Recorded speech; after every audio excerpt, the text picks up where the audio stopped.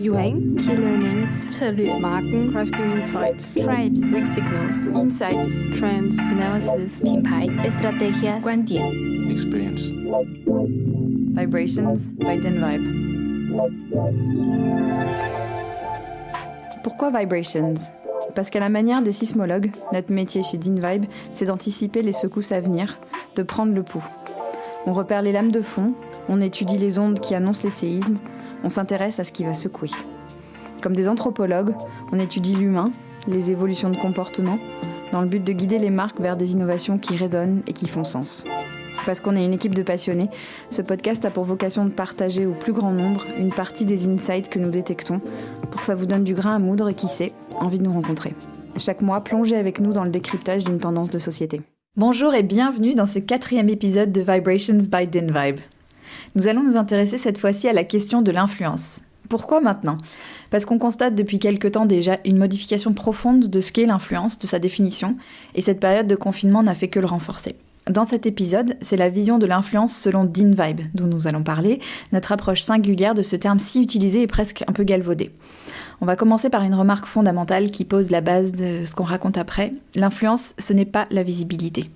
Beaucoup de clients viennent nous voir parce qu'ils voient les limites des stratégies push mises en place jusque-là. Quand on analyse les performances des campagnes d'influence pour nos clients, que ce soit en France ou à l'étranger, on se rend compte qu'elles génèrent de plus en plus de scepticisme et parfois même un sentiment de saturation. En plus, des nouveaux médias apparaissent et les influenceurs, qu'ils soient macro, micro ou nano, sont de plus en plus nombreux et ont de plus en plus de mal à se distinguer parmi la masse, à proposer du contenu de réelle qualité et donc apporter une vraie valeur ajoutée aux gens et aux marques qui font appel à eux. Nos études nous montrent que les stratégies basées uniquement sur le reach sont perçues comme opportunistes par les gens. Elles ne créent pas de désirabilité de marque ni d'engagement à long terme et elles peuvent presque être préjudiciables sur l'image de marque à long terme. Alors c'est quoi l'influence si on ne parle pas d'influenceurs ? Je suis Sandra, directrice marketing chez DinVibe et j'ai aujourd'hui avec moi 3 spécialistes de l'influence, Vanessa, Alix et Juliette, qui travaillent sur notre outil live d'analyse de communautés et de tribes. Je vais les laisser se présenter. Bonjour Sandra, je suis Vanessa Moreno et en tant que Research Director chez DinVibe, j'aide les marques à mieux comprendre leurs consommateurs et je les aide à construire des stratégies qui vont être adaptées. Alors ces clients, ils viennent nous voir pour plein de raisons différentes, lancer un nouveau produit, conquérir une nouvelle cible, mais c'est vrai, de plus en plus viennent nous voir aujourd'hui pour parler d'influence. Et dans ces cas-là, comme tu le sais Sandra, on aime bien sortir des sentiers battus. Et pour faire ça, je suis accompagnée d'une équipe de choc, dont Alix et Juliette. Bonjour, je suis Alix, spécialiste de l'analyse des communautés chez DinVibe. Et ce qui me passionne dans mon travail, c'est d'apprendre à connaître les consommateurs, comprendre ce qu'ils aiment, ce qui les motive et surtout ce qui les rapproche. Et pour ça, j'aime m'immerger dans les communautés au point que j'ai presque l'impression d'en faire partie. Et du coup, sans surprise, je suis Juliette. Je fais aussi partie du coup de la team communauté chez DinVibe. J'ai une casquette un peu plus tournée sur l'influence avec grosso modo essayer de détecter quels vont être les influenceurs qui vont monter à court, moyen ou long terme. Et de croiser donc communauté et influence pour essayer de comprendre en fait à quel point les personnes qui font partie de communauté sur les réseaux sociaux vont révolutionner le principe même de l'influence et devenir peut-être leurs propres influenceurs.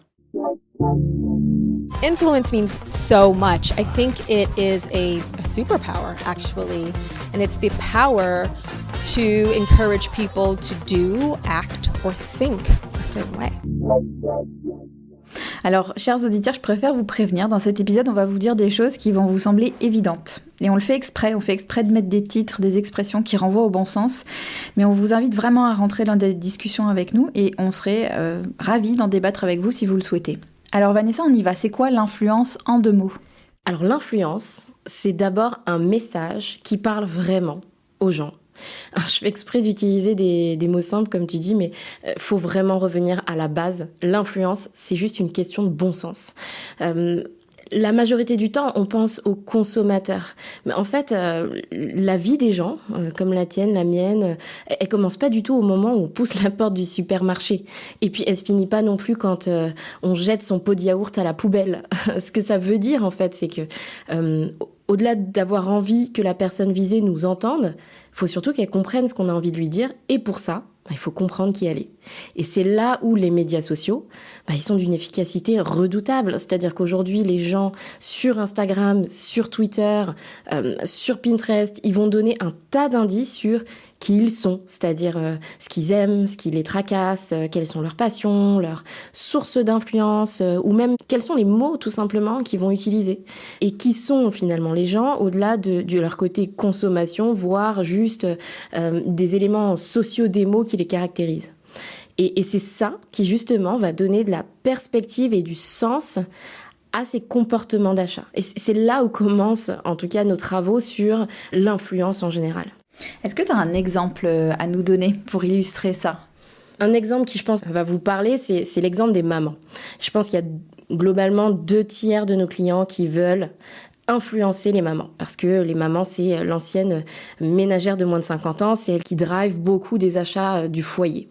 Et ce qui est intéressant, c'est que nous, aujourd'hui, parce qu'on en a les capacités, parce que les technologies ont évolué, on est capable d'aller comprendre qui est cette femme derrière cette étiquette de maman. C'est-à-dire que on découvre sa vie, on peut comprendre que derrière cette maman, eh bien, il y a une femme qui est à fond derrière un mouvement éco-responsable, qui apprend tous les jours à ses enfants à lire les étiquettes sur Yuka.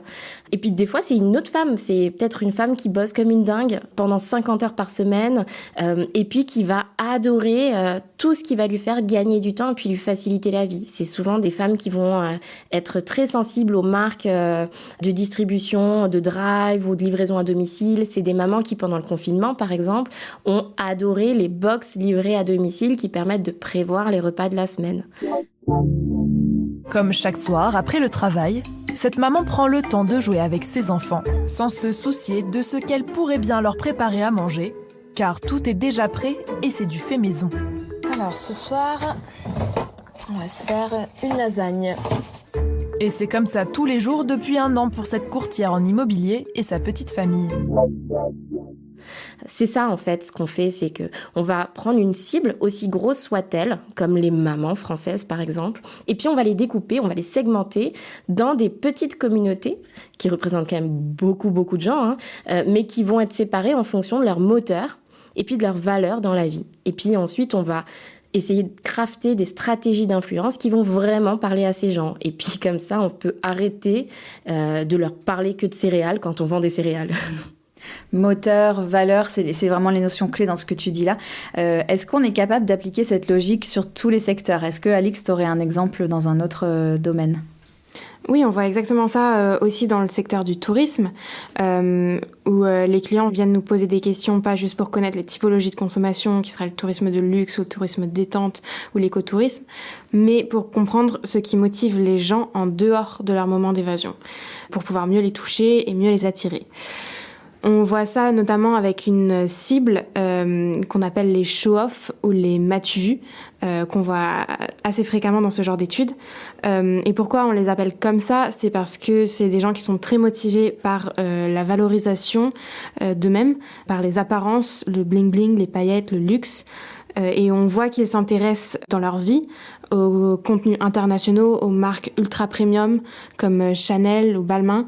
Et cela impacte leur choix, pas juste dans le tourisme. On voit même quand ils vont faire du sport, par exemple, qu'ils vont aller dans un club hyper select parisien qui s'appelle le Club 21 Blanche. Ce qui est intéressant, c'est que cette cible-là est très différente d'une autre cible qu'on appelle les modernes explorateurs.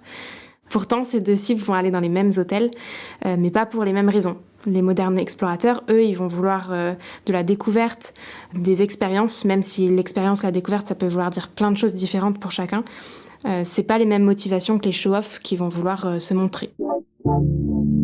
Today I got a brand new tour of this beautiful Airbnb right behind me. As you can see, it is a luxury glamping dome. So whenever you pull up to this property, you are literally in the middle of the mountains. You are so secluded. It is a very blissful retreat. I absolutely love this.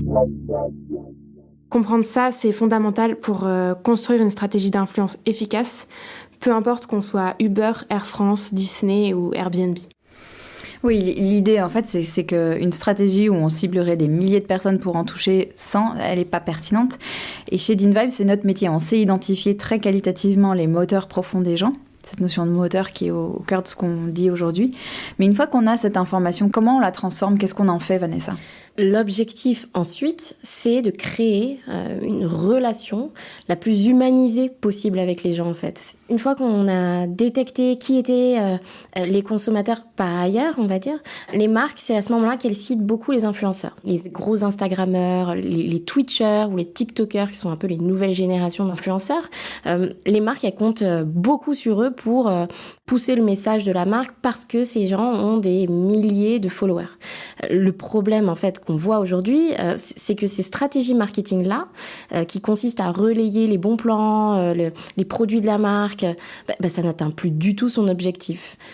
Ça entraîne de la vue, la visibilité, mais sur le long terme, en tout cas, c'est pas du tout ce qui va marquer les gens et entraîner des comportements de consommation ou de fidélité. Globalement, si je dois résumer, l'influence traditionnelle, elle est saturée. Et c'est pour ça que nous, aujourd'hui, on conseille vraiment à nos clients de changer de stratégie.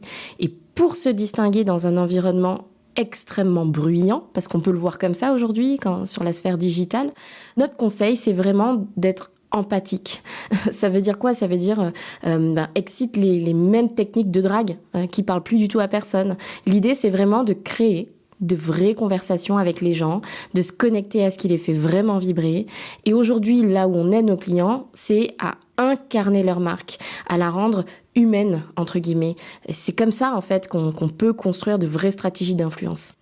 Alors là, c'est important ce que tu dis, parce qu'on est en train de comparer la marque à une personne. Absolument. Et alors, ça veut dire quoi ? Comment on fait pour aller jusqu'au bout de cette logique-là ? Alors déjà, je sais que c'est quelque chose qui est un peu fort de comparer la marque à un vrai humain. Pourtant, c'est vraiment ce qu'on pense. Et d'ailleurs, en interne, on n'utilise plus trop le mot de stratégie d'influence. On parle beaucoup de stratégie de personnification.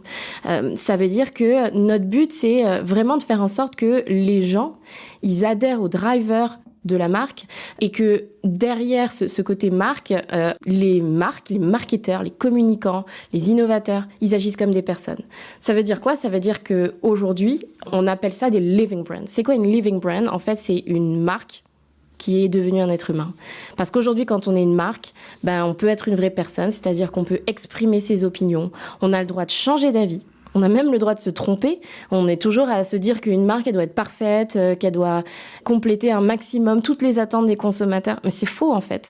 Aujourd'hui, justement, les marques qui sont puissantes, entre guillemets, et qui ont un capital de désirabilité hyper fort, c'est des marques qui sont pas toujours parfaites, mais qui, par contre, aux yeux des gens, sont devenues des vraies personnes. Oui, ça c'est très intéressant. Est-ce que Alix, Juliette, vous avez des exemples de marques qui arrivent à très bien faire ça pour illustrer les propos de Vanessa ?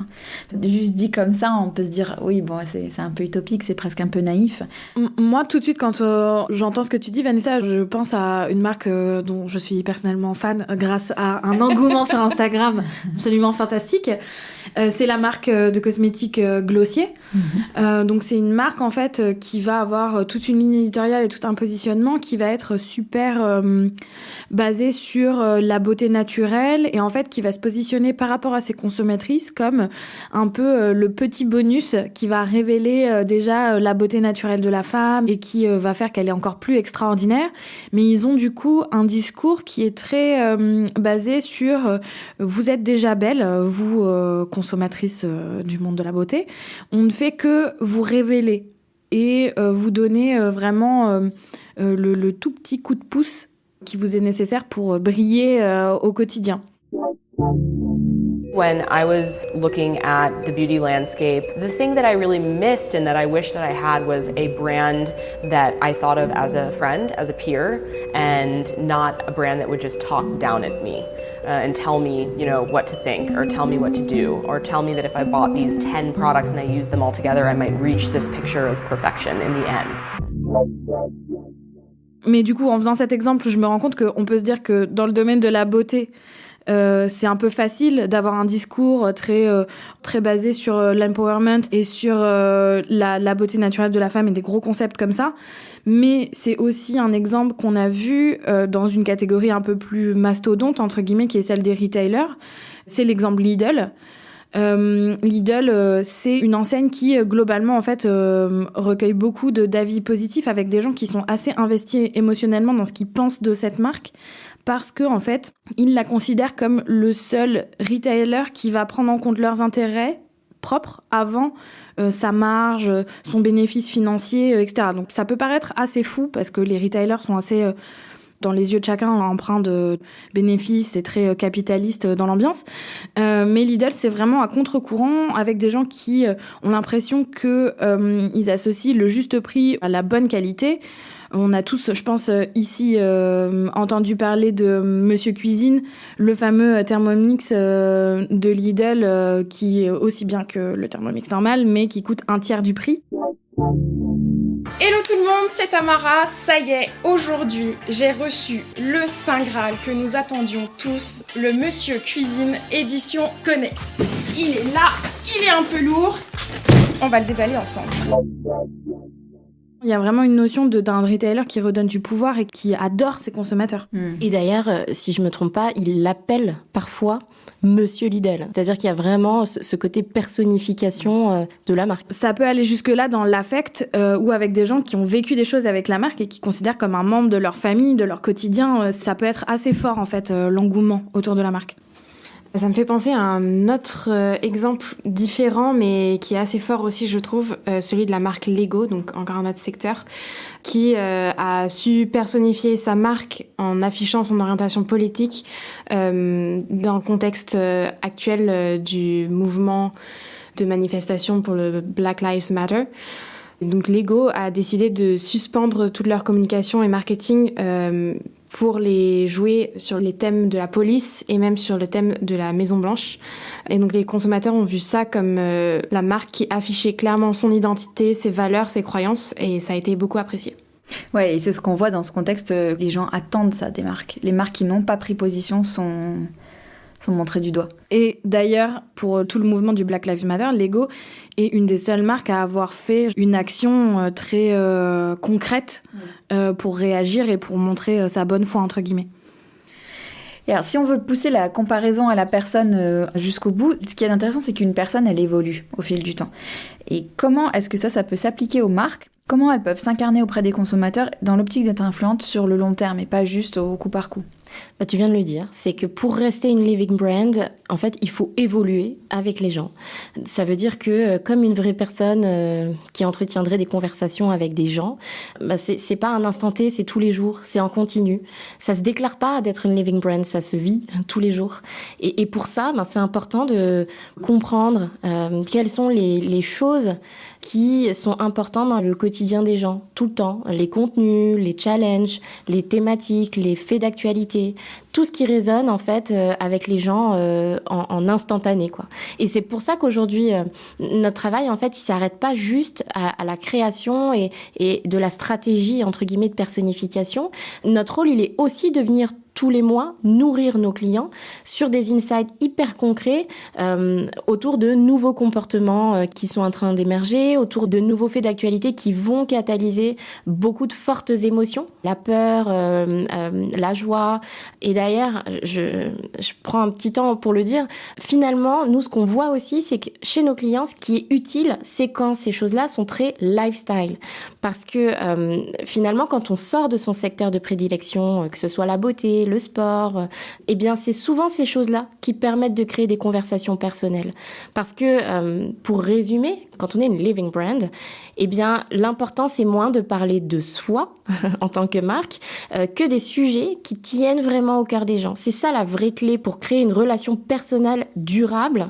Ça permet presque de devenir tellement influente, entre guillemets, en tant que marque personnifiée que la marque, parfois, elle se suffit à elle-même. On n'a plus besoin de se tourner vers des influenceurs. Ouais. C'est vraiment ça, ce qui me vient en t'écoutant, c'est cette notion de quelque chose de multidimensionnel. On a été complètement unidimensionnel jusque-là, et l'idée, c'est d'incarner dans toutes les facettes de ce que vivent les gens. Tout à fait. Vous savez ce que je vais vous demander. Des exemples. On aime bien le concret. Alors, est-ce qu'Alix, tu as des exemples Ça tombe bien, on a des exemples pour toi, Sandra. Le premier exemple auquel je pense, qu'on aime beaucoup, c'est celui de Decathlon. Sur le compte Twitter de Decathlon, il y a un community manager qui est adoré sur Twitter, qui s'appelle Yann. Et il humanise vraiment la marque parce qu'il a de vraies conversations avec les followers. Il engage la communauté, il leur lance des défis, il fait des blagues et il lance pas juste un post et sans suivre après. Ensuite, il renvoie des questions aux personnes à qui il a déjà parlé. Il crée de vraies relations avec les followers. Donc on résume, Decathlon s'est fait allumer sur les réseaux sociaux pour son hijab de sport. Et en parallèle, les réseaux sociaux sont tombés en complète admiration pour le community manager de la marque, un certain Yann. C'est vrai qu'il a gardé un certain sang-froid en toutes circonstances, comme ici avec ce message particulièrement haineux, auquel il a répondu rapidement que sa marque souhaitait simplement rendre le sport accessible à toutes les femmes, quelle que soit leur religion ou leur culture. Et résultat, son attitude a fini par déclencher une incroyable vague d'admiration. Des petits cœurs pour certaines, et même des demandes en mariage. Et je vais continuer dans mon exemple adoré de Lidl. Mais en fait, ce que tu dis le côté individu qui incarne vachement une marque et qui est très présent dans la communication, ça me fait aussi penser à une influenceuse qu'on a vue il y a pas longtemps qui gravite autour de Lidl, qui s'appelle Madame Toddy. C'est une personne qui va parler de son quotidien, sa famille, etc., mais qui va aussi avoir une grande partie de sa ligne éditoriale qui est réservée au partage de bons plans. D'abord, c'était des partages de bons plans, quelle que soit l'enseigne. Et en fait, au fur et à mesure qu'a progressé son compte, on s'est rendu compte qu'elle se concentrait sur les bons plans Lidl spécifiquement. Du coup, il y a eu une relation qui s'est créée entre elle et Lidl, qui a progressé à travers le temps, etc. Et qui a fait qu'aujourd'hui, Madame Toddy est invitée avec Lidl au Salon de l'Agriculture et vraiment incarne la marque en tant qu'influenceuse. Elle fait pas d'autres partenariats, quoi. Son contenu est réservé à Lidl. Ça veut dire qu'il faut aussi peut-être valoriser finalement les gens qui spontanément aiment la marque pour plein de raisons différentes, d'ailleurs. C'est ça, c'est que c'est intéressant, c'est à l'inverse d'une relation d'influence traditionnelle. Oui, on perd le côté partenariat rémunéré, gifted products et tout ce qui désincarne l'opération. Et je pense à un dernier exemple un peu différent dans le secteur de la beauté, celui de la marque Colourpop Cosmetics, qui eux aussi arrivent à nourrir cette relation avec leurs consommateurs. Sur leur compte Instagram, on le voit dans leur contenu, ils ne postent pas juste les produits pour les promouvoir, mais ils font des références entre leurs produits et ce qui se passe actuellement, ou à des références pop culture, parce qu'ils ont une cible assez jeune et très ancrée dans la culture internet. Alors ils vont s'en servir. Et par exemple, faire des posts en disant qu'une palette de fard à paupières leur rappelle Ariana Grande, ou bien qu'un certain style de maquillage leur fait penser à la dernière chanson de Doja Cat. Et ils plaisent à leurs consommateurs, et leurs consommateurs sont intéressés dans leur contenu. My name is Jasmine. Welcome back to our channel, and I am on the product development team. So I feel like this is the perfect day to try some TikTok hacks. So I have 5 that we're doing. Some of them are makeup related and some are not. Merci beaucoup pour ces exemples riches. Alors, pour clore un peu notre discussion, ce qu'on peut dire, c'est qu'on a beaucoup de clients qui viennent nous voir en disant « je veux être une marque inclusive, je veux être une marque bio, je veux incarner telle chose », mais ce qu'on leur dit vraiment, c'est qu'il ne suffit pas de choisir l'influenceur qui l'incarne, aussi nano soit-il, mais il faut avoir une approche holistique telle que celle dont on a parlé pendant cette conversation. La stratégie d'influence, c'est une stratégie de long terme et qui paradoxalement vise pas forcément le comportement d'achat à court terme. Et c'est là que la stratégie influenceur montre ses limites si elle n'est pas plus globale que ça. Il faut vraiment que l'ensemble de la stratégie de l'entreprise soit impacté, soit concerné. C'est pas un sujet de com, c'est un sujet de développement produit, d'organisation, de création de contenu. Et le fond de la question, c'est la confiance. Et c'est un capital qui est très difficile à mesurer avec des méthodes traditionnelles, mais qu'on peut très bien appréhender avec nos méthodes de social media intelligence. Et les living brands dont vous parlez, Vanessa, ce qu'elles ont en commun, c'est ce capital confiance qui est très solide. C'est un sujet sur lequel on accompagne beaucoup de nos clients. Et voilà, et si ça vous intéresse, si ces sujets-là vous intéressent, n'hésitez pas à nous contacter à vibrations, vibrations, @dinvibe.com. Merci beaucoup à toutes les trois. Merci. Et merci à vous pour votre écoute. On vous donne rendez-vous à la rentrée. À très bientôt. Pour en savoir plus sur DinVibe, retrouvez-nous sur www.dinvibe.com ou sur nos pages LinkedIn et Instagram.